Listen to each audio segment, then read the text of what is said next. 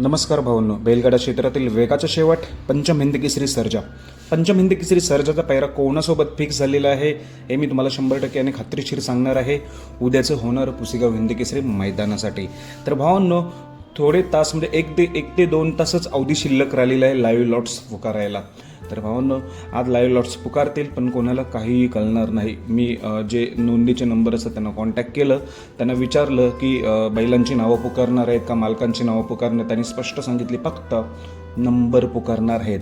म्हणजेच काय, लाईव्ह लॉट्समध्ये कोणाला काहीच कळणार नाही. ज्या टॉप नंदींचे पावत्या क्रमांक कोणाला माहिती असतील, जे बैलगाडा प्रेमी, त्यांनाच समजेल की ह्या गटात आपला नंदी आहे. पण त्याचा पैरा कोण असेल ते काहीच समजणार नाही, कारण एका पावतीवर 2 नंदींची नावं आहेत. जरी एका नंदीचा एक पावती नंबर समजला तरी पण त्याचा पैरा कोण आहे काही समजणार नाही. त्यामुळे सगळं काही उद्या स्पष्ट होईल मैदानात खाली जाताना.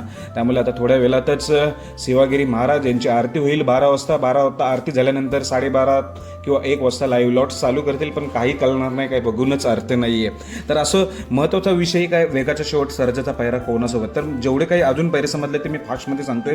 पण वेगाचा शेवट सर्जाचा पैरा असणार आहे हरण्या, संभाजीनगरचा हरण्या आणि वेगाचा शेवट सर्जा ही जोडी 100% पलताना दिसणार. अजूनपर्यंत एवढ्या मी व्हिडिओ टाकले, पण सर्जाचा पैरा एक वेळ सांगितला होता अंदाजित बादल, पण तो पैरा नाही.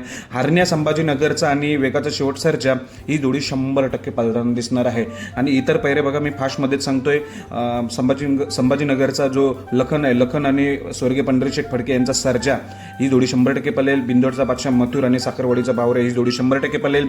चिमण्या आणि साई ही जोडी 100% पलेल. शाकिरीचा राजा आणि सम्राट घरचाच साथ 100% पळणार. अर्जुन आणि कंदूरचा राजा घरचाच साथ 100% पळणार. द्वारलीचा हरण्या 722 आणि जलवा शाकीरचा ही जोडी देखील 100% पळणार आहे. पण बाकी काही पैरे आहेत त्या अंदाजित आहेत. सर्वजण उत्सुक की बकासूरचा पैरा कोणासोबत. घोट तर पळणार आहे, तुम्हाला कालच अपडेट दिली. घोट तर काल पैऱ्याच्या शोधात होते, पण पैरा अजून झालं असेल की नाही ते माहिती नाही. पण घोट सर्जा 100% पळते. पण बकासूरचा पैरा कोणासोबत, तर बकासूरचा आता एकासोबतच नाव जोडलं जाते, तो म्हणजे शेवाळे आबांचा पाखऱ्या. पण एका साईडला असं पण समजतोय की मेहरबान आणि पाखऱ्या पळणार, कारण मेहरबानचा पण पैरा अजून आपल्याला काहीच माहिती नाही. त्यामुळे बकासूरचा पैरा पाखऱ्या आहे. जर बकासूर पाखऱ्या नसला तर मेहरबान पाखऱ्या ही जोडी सुद्धा असू शकते.